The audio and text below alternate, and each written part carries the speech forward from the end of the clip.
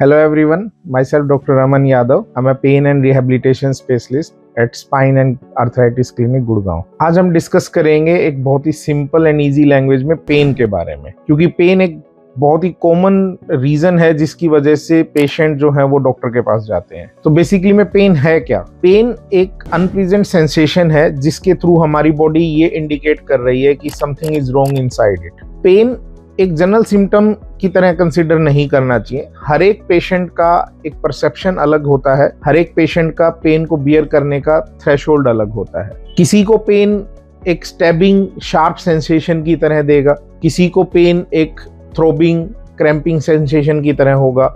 Pen को हम basically दो डिफरेंट कैटेगरीज में डिवाइड करते हैं मेडिकली, जो कि ड्यूरेशन के बेसिस पे होता है। एक होता है एक्यूट पेन और दूसरा होता है chronic pain. Acute pain basically वो पेन है जो हमारे सडन ऑनसेट है, एकदम से आया और कुछ महीनों तक परसिस्ट कर सकता है, जिसका एक स्पेसिफिक रीजन भी होगा। लाइक आपको कोई ट्रॉमा हो गया, कोई चोट लग गई, कोई बोन फ्रैक्चर हो गया, कोई नर्व इंजरी हो गई, या आपने कोई प्रोसीजर करवाया था उसके बाद आपको पेन होने लगा, जैसे कोई आपकी सर्जरी हुई, कोई आपका डेंटल एक्सट्रैक्शन हुआ। ये एक्यूट पेन जो है बेसिकली में एक प्रोटेक्टिव मैकेनिज्म होता है हमारी बॉडी का, ये इंडिकेट करने के लिए कि उसमें कुछ इश्यूज आ रहे हैं। और यूजली एक्यूट पेन जो है, जैसे जैसे आपके जो इंजरी हुई या जो भी उसका रीजन था वो हील होता है, उसके साथ में एक्यूट पेन भी सेटल हो जाता है। जैसे इनिशियली आपको रेस्ट करने की जरूरत मिलेगी, पेन किलर्स की जरूरत मिलेगी, फिजियोथेरेपी से हेल्प मिलता है। क्रॉनिक पेन में क्या है कि आपके सिम्टम्स जो हैं वो लंबे समय तक परसिस्ट कर रहे हैं।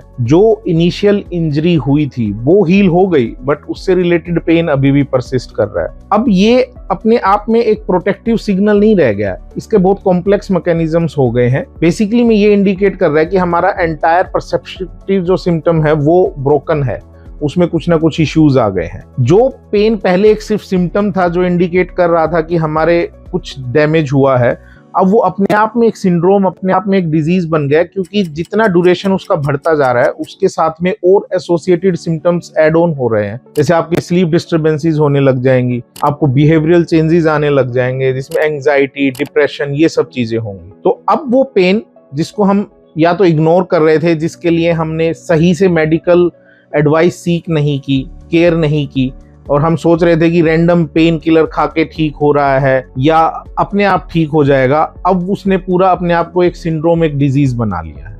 तो अब हम बात करेंगे क्रॉनिक पेन के रीजंस और ट्रीटमेंट के बारे में। बेसिकली में क्रॉनिक पेन के ब्रॉडली 3-4 तरीके के रीजंस होते हैं। जैसे कि हमारा मस्कुलोस्केलेटल पेन है, जिसमें spine and disc related disorders होते हैं, arthritis and joint related disorders होते हैं, डिजनरेटिव डिसऑर्डर्स जिन्हें हम काउंट करते हैं। न्यूरोपैथिक क्रॉनिक पेन हो सकता है, जिसमें यूजुअली नर्व रिलेटेड डिसऑर्डर्स होते हैं। कोई ऑटो इम्यून या इन्फ्लेमेटरी मेडिकेशन जैसा रीजन हो सकता है, जैसे इन्फ्लेमेटरी बाउल डिजीज है, उसकी वजह से भी आपको आर्थराइटिस हो सकता है। रूमेटॉइड आर्थराइटिस है, सोरियासिस है, इनमें भी आपको क्रॉनिक पेन हो सकता है, आपके जॉइंट्स को इन्वॉल्व कर सकता है। और आपके साइकोजेनिक पेन हो सकते हैं, जैसे फाइब्रोमाइल्जिया है, आपका हेडेक रिलेटेड डिसऑर्डर्स हैं, जिनका कोई एग्जैक्ट मैकेनिज्म, एग्जैक्ट कोज हमें नहीं पता। अब इतने डिफरेंट टाइप के क्रॉनिक पेन है, तो ऑब्वियसली सभी के लिए एक जैसा ट्रीटमेंट भी नहीं हो सकता। हमारे पास मेनली 3-4 कैटेगरीज में इसके ट्रीटमेंट ऑप्शंस होते हैं। नंबर 1 नॉन फार्माकोलॉजिकल ट्रीटमेंट, जिसमें हम यूजुअली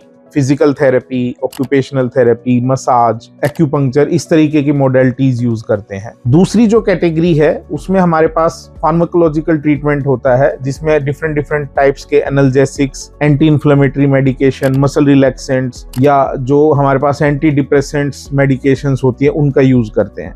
बहुत बार हमने देखा कि क्रॉनिक पेन में, जैसे मैंने पहले भी बताया, कि हमारे पास बिहेवियरल चेंजेस भी आते हैं, पेशेंट को होने लग जाते हैं, एक कॉम्प्लेक्स मैकेनिज्म डेवलप हो जाता है, तो उनमें हमें इस तरीके की मेडिकेशंस का यूज करना पड़ता है। और तीसरा जो एक बहुत इंपॉर्टेंट मोडेलिटी है ट्रीटमेंट की, जिसे हम मिनिमली इन्वेजिव इंटरवेंशंस भी बोलते हैं, जैसे कि नर्व ब्लॉक्स हैं, ज्वाइंट इंजेक्शंस हैं, जिसमें अलग अलग तरीके के ऑप्शंस होते हैं। अगर किसी को इन्फ्लेमेटरी पेन है तो हमें उसमें स्टेरॉइड का इस्तेमाल करना पड़ता है। किसी को अगर कोई इंजरी रिलेटेड डिजनरेटिव पेन है तो उसमें हमें growth factors, platelet rich plasma, PRP के इंजेक्शंस यूज करने पड़ते हैं, या जो हमारी सेंसरी नर्व्स हैं उनको हम ब्लॉक करते हैं ताकि पेन का जो परसेप्शन है वो कम हो। अब इस पूरे डिस्कशन से ये तो क्लियर हो गया है कि one shoe doesn't fit all. हमारे पास पेशेंट आते हैं ओपीडी में और वो हमें बोलते हैं कि हमें इस किस्म का दर्द है और डॉक्टर साहब हमें मेडिसिन नहीं चाहिए, आप कोई दूसरा तरीका बताइए उसको ठीक करने का। या पेशेंट आके बोलते हैं कि सर हमने दिखाया था,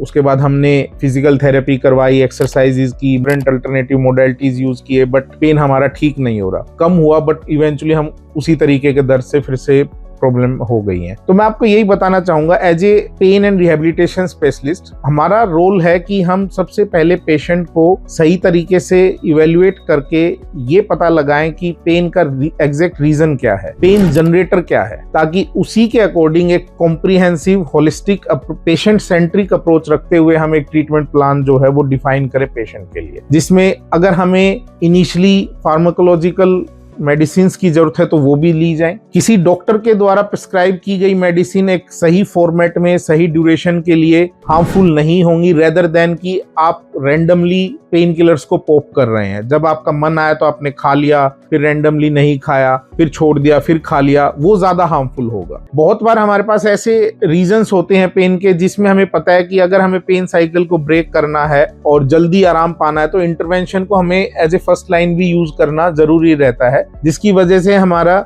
जो रिकवरी है वो फास्ट है, मोर इफेक्टिव है और इजी हो जाती है। Thank you.